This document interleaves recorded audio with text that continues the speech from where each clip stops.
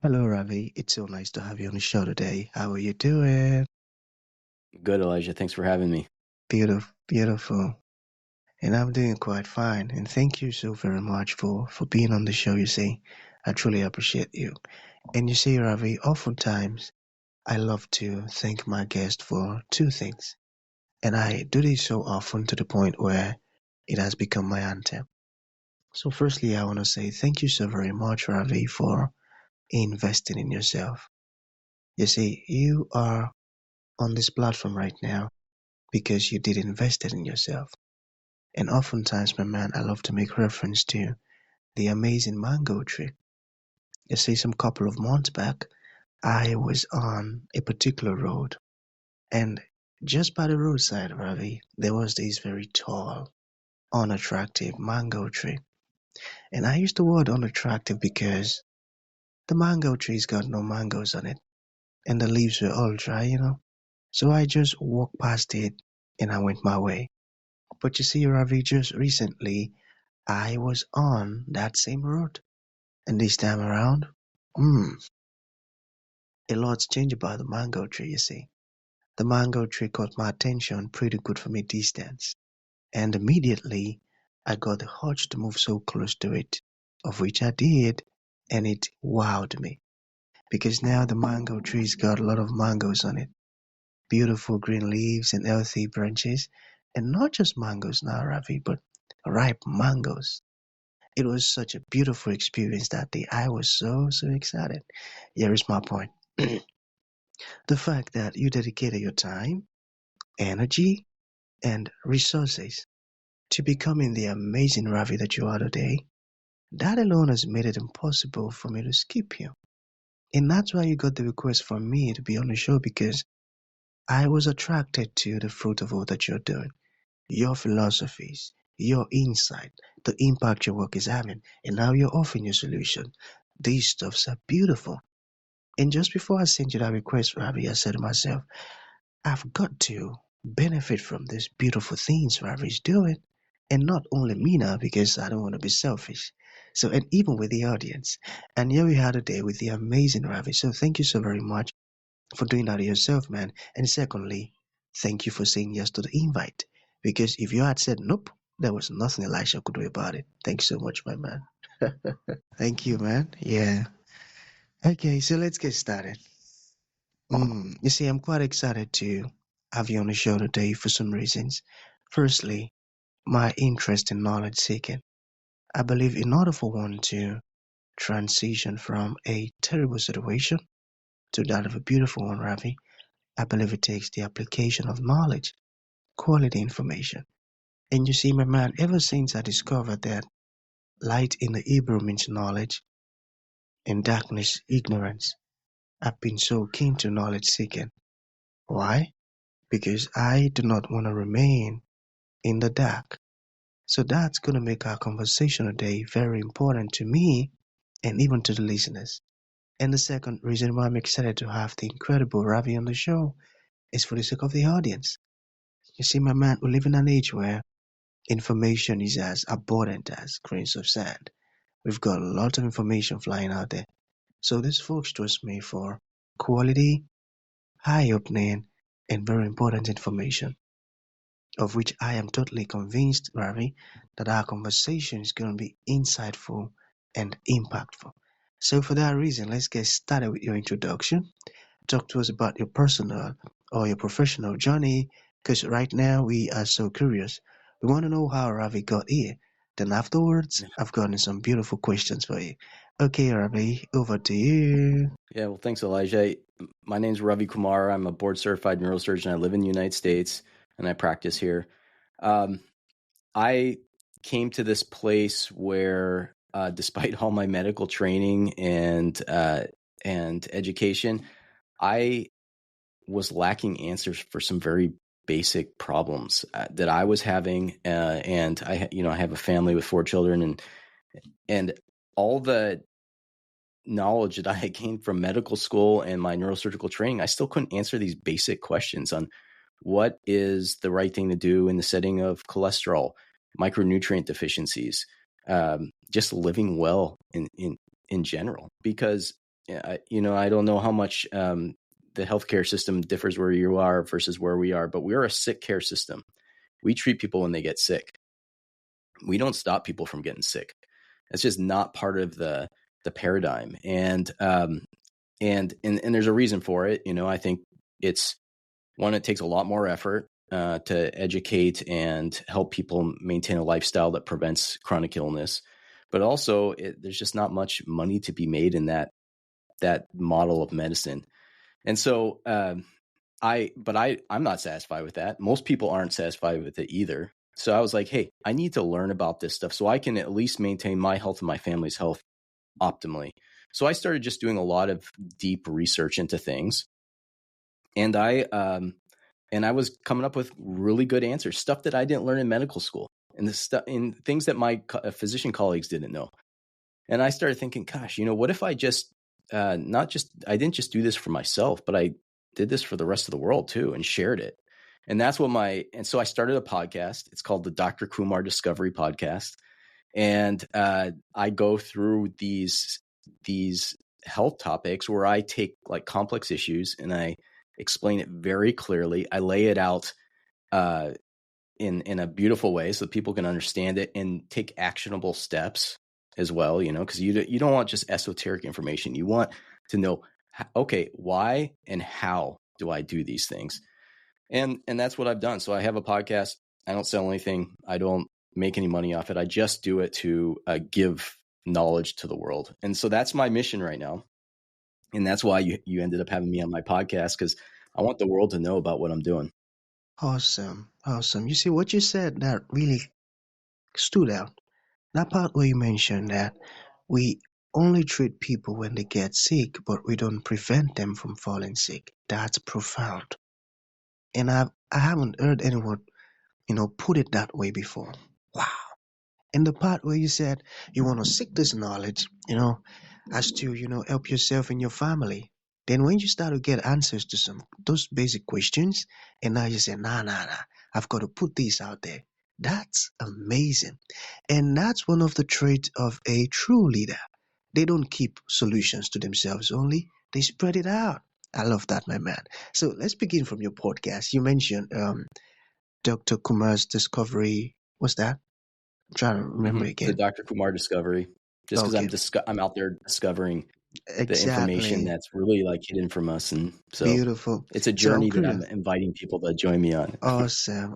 So how has the journey been so far? Being a podcaster and all of those beautiful things you're sharing on the podcast. How has it been so far? Yeah, it's good. I mean, the amount of people who listen to it is growing rapidly. When I first started doing this from just myself, the amount of research you have to do on each of these topics is tremendous. And that's the big barrier that why, a lot of people can't just go figure it out and do it themselves, is because the amount of digging and investigation you have to do. When I did that for myself, I had unlimited amounts of time. But then when I started doing it for everyone else, I'm trying to get a podcast out every week, at least one a week. And so I have these time constraints.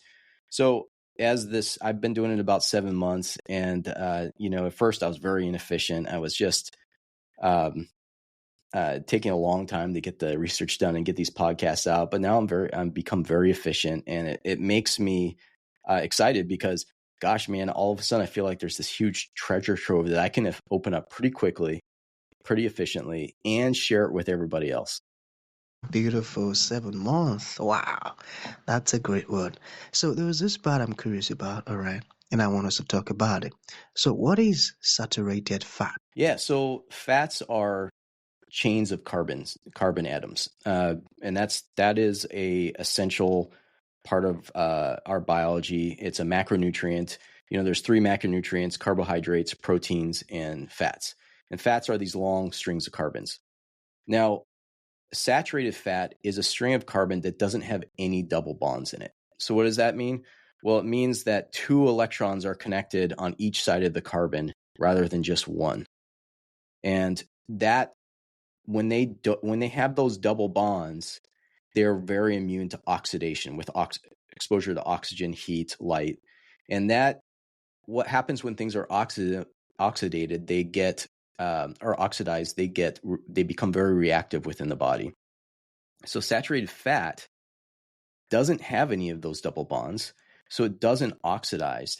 And if you've ever noticed saturated fats, that would be most animal fats, like lard or tallow, which is from a cow, coconut and palm oil. Those are mostly saturated fats.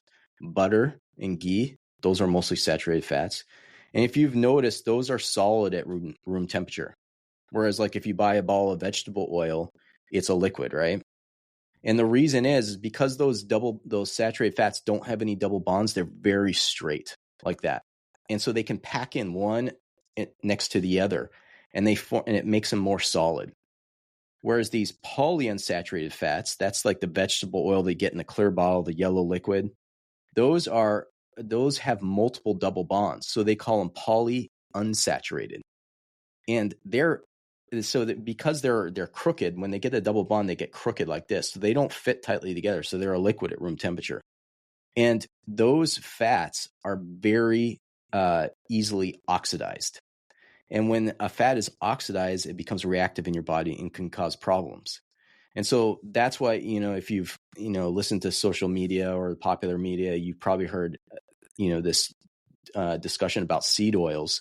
Seed oils are from seeds like corn, wheat germ, cottonseed, all these things soybeans, things where you wouldn't think we would get oil out of them, but they use an industrial process to pull the oils out. Those are highly polyunsaturated and highly oxidizable in your body. And they're a large source of what we call omega-6 fatty acids, which promote inflammation in your body.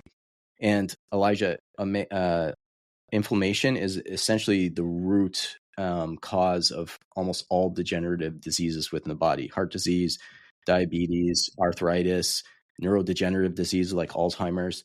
They all have their foundation in inflammation.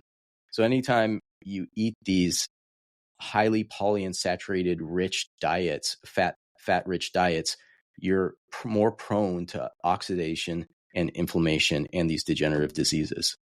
Oh boy, I never knew that. Wow. Thank you so very much for sharing that with us. You see, wow, that was really insightful. I never knew that. Oh boy. Okay, so you mentioned seed oils. So do seed oils increase cardiovascular risk? They do, yeah. So if you go to the literature strictly, the evidence is mixed. There are clinical trials that show that it does, and there are epidemiological studies that show that it doesn't. The scientific consensus since the 1950s has been, or in the 60s and 70s, has been that polyunsaturated fats are better for you. Also, the same consensus at that time that developed into that time, which is carried on into our day and age, is that fat is bad for you. I mean, at least in my generation, in the 70s, we got rid of butter out of the house because we were told it's bad for you. And so we had these tubs of, I can't believe it's not butter, or it's like margarine tubs that were all polyunsaturated in trans fats. And we were told that was what was good for us. And so forget about the generations and generations of people before us, our ancestors, who have been eating high saturated fat diets and been doing pretty good. And then, the boomers in the 50s come around, and we've got this whole population of people who have kind of cut saturated fat out of their diet because they're told it's bad for you. And now they're eating large polyunsaturated and trans fats diets. And they're having tons of cardiovascular disease. So what happens here is that when you eat a lot of polyunsaturated fat, we mentioned before that it's highly oxidizable, right? Well, your LDL particles, which is a carrier molecule that carries cholesterol throughout your body. If you've ever had a lipid panel, they've checked LDL, and you'll see that number LDL. And they call it the bad cholesterol, even though it has no malicious role in the body, really. But those LDLs will get packed with linoleic acid, which is an omega-6 fatty acid from seed oil, when you eat a lot of it. And now all of a sudden, these LDL particles are very oxidizable. So they get trapped in the arterial walls, and they oxidize, and they cause cardiovascular disease. But if you're eating mostly coconut oil and other saturated fats, those LDL particles will not be oxidizable. So they won't oxidize. They won't get trapped in the arterial walls, and they'll move on. And cardiovascular disease essentially doesn't initiate. Wow, that's profound. I'm learning beautiful stuff here, I tell you. So, what are the common signs of vitamin D deficiency? Yeah. So vitamin D deficiency presents in a number of ways, but usually it's depression, low energy, brain fog. I mean, essentially your whole body stops working because the entire body depends on vitamin D for um, essentially for gene transcription The and entire body? every cell in your body, every single cell, yeah, needs vitamin D. Yeah. So um, so if you ever seen someone with vitamin D deficiency, what part of the world are you in, Elijah? West Africa. West Africa. West Africa. So Mhm. you're close to the equator, I assume. Nigeria. Nigeria. So you're north of the equator. Yeah, Is that correct? that's That right. is correct. Okay. So, but you're still in the tropics, right? I Yeah, mean, Nigeria's tropics. So you guys get a lot of sunshine, right? a But a lot. majority of the people, majority of the people in your part of the world are dark skinned because that is an evolutionary adaptation to Yeah. protect from the higher amount of solar irradiation in that area, right? But here's the thing: when you're living like a healthy lifestyle, that's fine. You're going to be making all the vitamin D you need from the sunshine, because vitamin D, what happens is it hits your skin and it converts cholesterol in your skin. That's another reason you need cholesterol from eating saturated fat. It hits cholesterol in your skin and it converts it into vitamin D from UVB rays. Wow. Yeah. But when you're pigmented like I am or like you are, so that is a protection from the UV. So it reduces the amount of vitamin D that we can make. A white person will make a lot more vitamin D because they have less built-in sunscreen, essentially, right?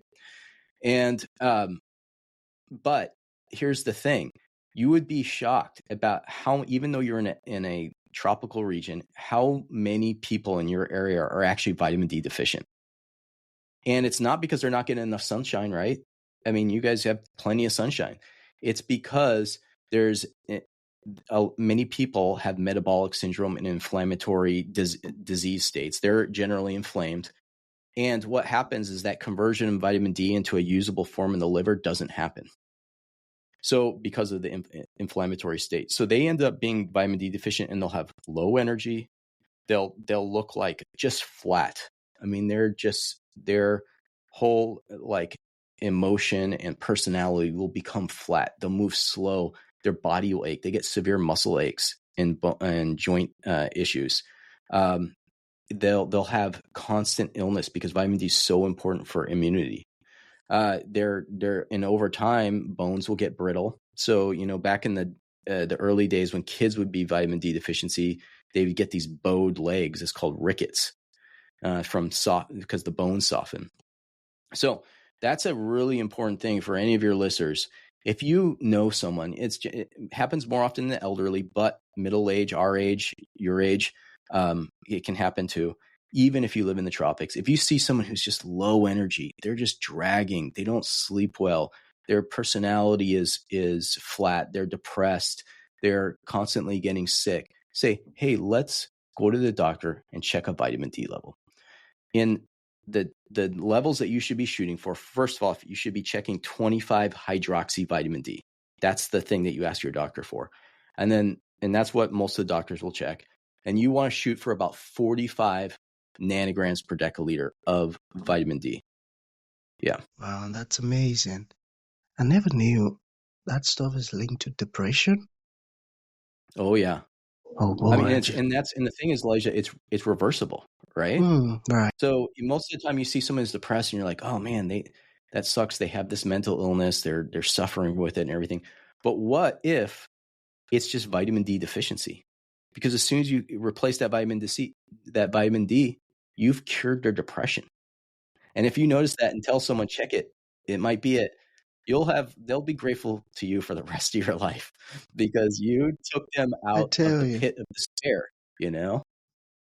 amazing. This is beautiful. Thank you so very much. So to bring this to an end, my man, what would you like to leave the audience with, like a final thought? And to those folks who would like to reach out to you, learn more about the beautiful stuff you're doing, or become a listener of your podcast, how can that be possible? Okay. Yeah. So, well, in life, I really do think we need to question things and find the truth through investigation and unbiased, um, uh, true unbiased look at the data that's out there. So that's why I have this light behind me. This motto. It's my motto: question everything. Because if you don't question things, if you just accept it as the truth because someone told it to you, you read it somewhere, whatever, or that's what you learned as a kid, then guess what? You'll never know if that's really the truth or not. So I say just question it, question everything. And when you come to decide what's right, don't join a team along the way. We see this in like political discourse, especially right now in my country, it's really bad. People join sides, they join teams. And then once they're on that team, they are so committed to everything that their side says or does that it doesn't matter if it's the truth or it's the right thing. They are on that team, so they're committed to it. So they've essentially closed themselves off to the truth. And what happens is you got these two sides of issues, political issues, religious issues, scientific issues, medical issues. Really, the truth is usually somewhere in the middle. It's almost always somewhere in the middle. And if you've joined this team, you're closed off to that. So what I say is don't join a team, question everything, and look for the probabilistic truth. Because finding the absolute truth is almost never possible. I mean, that's the way I see it. You can never prove without a doubt that something is true or false. You just can't. I mean, whether you're talking about God or science or medicine, you just can't. But you can find a probabilistic truth based on the evidence that you see out there that you've looked at with an unbiased eye. So that's my message to everybody. And that's what I do in my podcast. I look at things as unbiased as possible because in medicine and health, there's always bias. There's people trying to make money. There's people trying to essentially drive a narrative, fund a career, whatever it is. And their message and the information they put out there drives a message that will benefit them because that's what bias is. So I say question everything. Take a listen to my podcast. I put unbiased information out there. You can find me on any major podcast platform. Just search the Dr. Kumar Discovery and you'll find me there. Beautiful. So that's going to be the end of the show. Ravi, thank you for coming. And thank you for sharing this wonderful stuff with us, my man. It means a whole lot. Thank you. My pleasure, Elijah. Thanks for having me.